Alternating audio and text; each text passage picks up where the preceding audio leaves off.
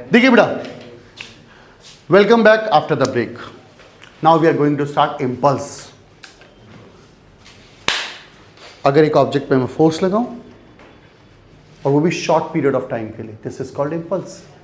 देखो, short period of time के लिए लगाया तो कितनी तेज आवाज आई है,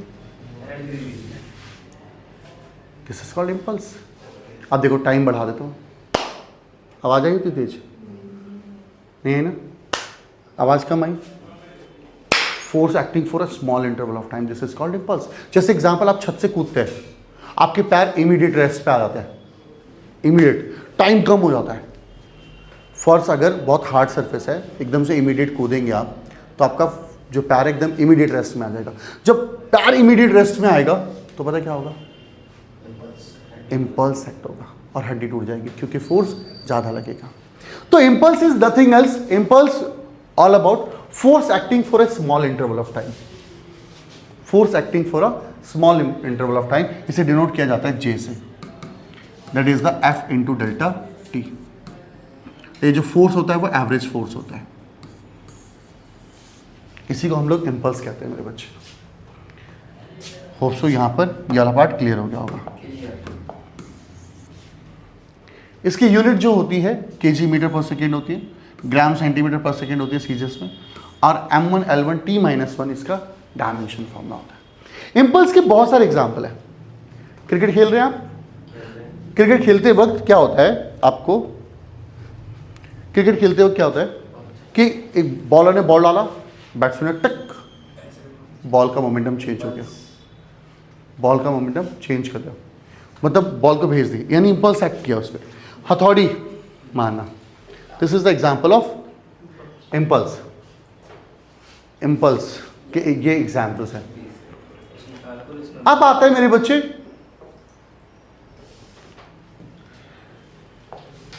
impulse as the product of force and time. जैसा कि मैंने अभी बताया कि impulse is nothing else, impulse is a force into time. जो फोर्स होता है वो हमारा एवरेज फोर्स होता है. मेरे बच्चे, आपको जो कॉन्सेंट्रेट करना है वो बस फॉर्मूले पे करना है, impulse equal to force into time. वैसे इंटीग्रेट वगैरह करके इस इतने पे मत जाइए, क्योंकि इसका न्यूमेरिकल सेक्शन ज़्यादा इंपॉर्टेंट है, आपसे न्यूमेरिकल्स ज़्यादा पूछा जाता है. क्लियर है? तो आइए मैं आपको इसके आगे के टॉपिक्स बताता हूँ. वाव लेवल का टॉपिक, वाव लेवल का सबसे इंपॉर्टेंट टॉपिक, सबसे important topic, and this is all about impulse momentum theorem. सबसे important topic impulse momentum theorem. अब इम्पल्स मोमेंटम थ्योरम क्या कहता है, देखो ध्यान से.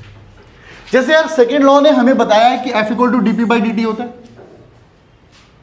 अरे force equal to DP by D T, force equal to rate of change of momentum.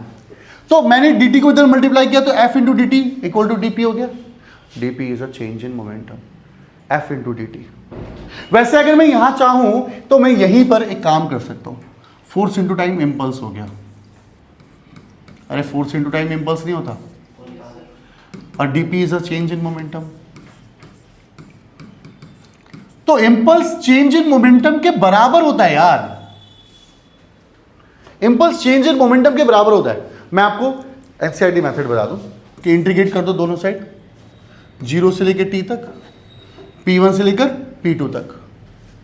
तो आप जब f की जगह पर, सुनो यहां पर ये सब छोड़ो, यहां देखो आपने क्या किया, f को बाहर किया,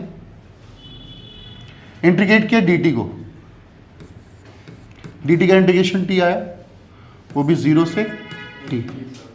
dp का इंटीग्रेशन p हुआ, p1 से p2. भाई साहब t minus 0, sorry F T minus 0, p2 minus p1. अरे क्या आया, force into time equal to delta p लिख दूं. अरे अगेन यार, इम्पल्स किसके बराबर है, चेंज इन मोमेंटम. मेरे बच्चे कई बार एग्जाम में क्वेश्चन आ गया है कि what is impulse momentum theorem. Impulse is equal to change in momentum. Impulse change in momentum के बराबर होता है. Impulse equal to change in momentum, impulse change in momentum के बिल्कुल बराबर होगा. होप सो क्लियर है. कोई दिक्कत और कोई परेशानी? Impulse momentum theorem, according to impulse momentum theorem, impulse equal to change in momentum. एक नेक्स्ट पार्ट बताता हूं। अब मैं आपको सिंपली टर्म्स में बताना चाहता हूं इस टॉपिक को। आइए मैं इसको ना एक काम करता हूं, उधर लेके चलता हूं, न्यूमेरिकल्स वाले में।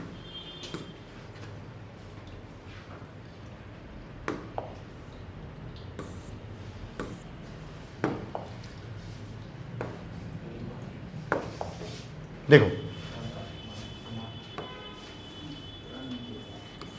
इम्पल्स कैलकुलेट करना है इम्पल्स को by graphical method. Graphical method clear करते हैं। ध्यान से सुनना मेरे बच्चे। मेरे पास ये फोर्स है और मेरे पास ये टाइम है। अब जब ये फोर्स और टाइम दिया हुआ है तो मैंने मान लीजिए कांस्टेंट फोर्स लगाया। कांस्टेंट फोर्स है ये, मतलब मैंने क्या हुआ, एक बार हिट कर रहा हूं 1, फिर 2 न्यूटन, फिर 2 न्यूटन, फिर 2 न्यूटन, फिर 2 न्यूटन, ऐसे करके मैं हिट कर रहा हूं। यहां पर ये फोर्स है, इसका नाम दे दो O A B C. O A component force को डिनोट कर रहे हैं, ओ सी कंपोनेंट टाइम को डिनोट कर रहा है। मैंने कहा area under F T curve, F T curve मैंने कर दिया area of rectangle O A B C. Area का फॉर्मूला क्या, एल इंटू बी होता है। क्या मैं लेंथ की जगह पे फोर्स लिख सकता हूं? बी की जगह पे क्या मैं टाइम लिख सकता हूं? अबे फोर्स इंटू टाइम क्या होता है? इम्पल्स। यानी एरिया किसके बराबर आ गया? Area under F T curve equal to क्या? इम्पल्स। इम्पल्स होगा। Area under F T curve किसके बराबर हो गया? इम्पल्स के बराबर होगा। Area under F T curve is equal to impulse. अब आपको मैं क्वेश्चन दिखाता हूं। अब आपके पास ये क्वेश्चन गिवन है, एक और क्वेश्चन गिवन होगा ऐसे ही ग्राफ का।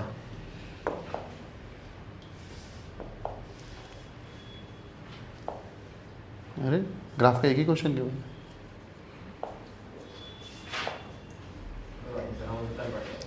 चलो इधर ध्यान से सुनो, ये देखो, ये इंपल्स मोमेंटम का ग्राफ है, फोर्स और टाइम के बीच का ग्राफ है। पहले क्या दिख रहा है? ट्रायंगल।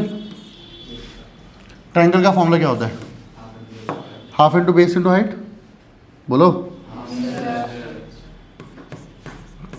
बेस कितना दिया हुआ है? 1.5। हाइट कितनी दी हुई है? 3। आंसर सॉल्व करोगे, आंसर प्लस। अब तुम्हें यहां पे क्या दिया हुआ है? रेक्टेंगल दिया हुआ है। रेक्टेंगल का कैसे? 1 एल इंटू बी करोगे। एल कितना है? 1.5 और 2.5 का गैप है, तो यानी 1 का गैप है। और यहां पे कितना गैप है? 3। इसका आंसर आ गया। फिर ये ट्रेपेजियम दिख रहा है आपको? ट्रेपेजियम का फॉर्मूला होता है 1/2 सम ऑफ पैरेलल साइड। एक साइड है 3 और एक साइड है 2। इन दोनों के बीच का गैप कितना है? 0.5 का। सॉल्व करोगे, आंसर। फिर क्या अगला आ रहा है? Area of rectangle. ये गैप कितने का? 1 का। ये गैप कितने का? 2 का। अब इसका आंसर 2 आया, इसको जोड़ो, इसको जोड़ो, इन सबको जोड़ो, आंसर आ जाएगा। सिंपल सा आंसर आ जाएगा। ठीक है, अब सुनो,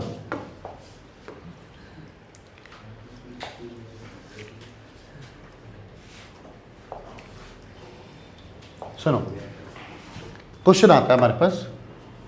अ batsman hits back a ball straight in the direction of bowler without changing its initial speed 12 metre per second. If mass of the ball is इतना, determine the impulse imparted to the ball. ये page number changes हो गए हैं। अब आप यहाँ question समझना भाई, सपोज करो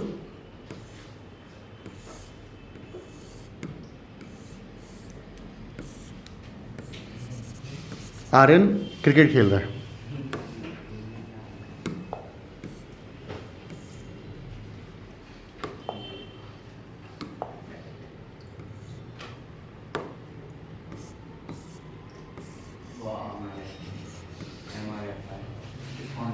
ठीक है। अब यहां से मान लो एक बॉल आई,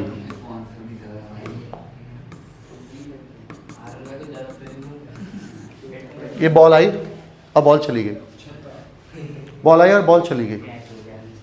मेरे बच्चे,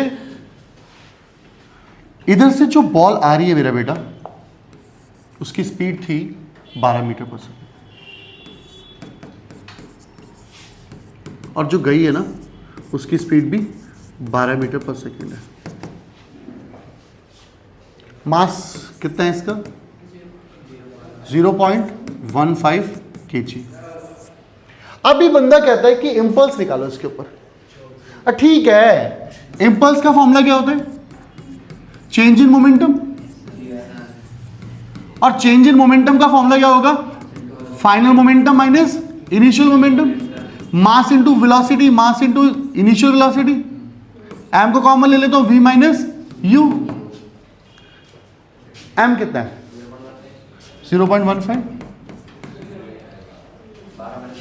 अब एक बात आओ, v देखो, इसकी डायरेक्शन ऐसे है, इसकी डायरेक्शन ऐसे है।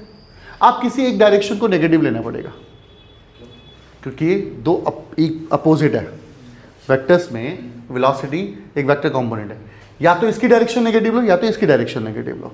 अगर आप इस वाली डायरेक्शन को नेगेटिव लेते हो तो इसको पॉजिटिव लेना पड़ेगा। 12 माइनस -12। एनसीईआरटी ने इसे नेगेटिव ले रखा है, कोई दिक्कत नहीं, उससे कोई फर्क नहीं पड़ता। आप किसी को भी नेगेटिव ले सकते हो। समझ पाए? अगर ये वाली डायरेक्शन पॉजिटिव है तो इस वाली डायरेक्शन क्या होगी? नेगेटिव होगी। तो अब क्या होगा? 0.15 इंटू 24। जब आप इसे मल्टीप्लाई करोगे तो आंसर आएगा इंपल्स का 3.6 न्यूटन सेकेंड। Newton second. नहीं है समझ में? एक क्वेश्चन और कर लेते, बस एक क्वेश्चन और कर लेते। ये देखो, एक क्रिकेट बॉल है जिसका मास इतने ग्राम गिवन है, सिर्फ केजी में कर लोगे इसे 0.15 kg हो जाएगा। उसकी moving with the velocity 15 metre per second, 15 metre per second की स्पीड से आ रही है। ब्रॉट टू रेस्ट, उसे क्या कर देता है? वो बॉल को रेस्ट में कर देता है। पहले वो उसने मारा, हिट करके उसी स्पीड में भेज दिया, पर इस बार क्या कर दिया? 0। सेम क्वेश्चन है, पर फाइनल वेलोसिटी इस बार क्या कर दी उसने? 0। तो यानी क्या फॉर्मूला होगा? M V minus U. V को क्या लोगे इस बार? वी को 0 ले लोगे। Calculate the impulse and average force imparted by the player. पहले इंपल्स निकाल लोगे। अब जब इंपल्स निकल गया तो फोर्स निकालने में क्या प्रॉब्लम है? देखो ना, अगर बेटा इंपल्स निकाल लिया तुमने, इंपल्स आ जाएगा चेंज इन मोमेंटम करके। इंपल्स का फॉर्मूला होता है force, average force into time. Time तुम लोगों को गिवन है, इंपल्स आ चुका होगा तो फोर्स भी निकाल लोगे। क्लियर है बेटा? ऑनलाइन वालों इसे सॉल्व करके आप आंसर बताना कि हुआ या नहीं हुआ सॉल्व। Got it? तो इस तरीके से हम लोगों ने इंपल्स भी खत्म कर दिया। अब नेक्स्ट वाली वीडियो में हम लोग करेंगे न्यूटन्स थर्ड लॉ मोशन। तब तक के लिए बाय बाय मेरे दोस्त।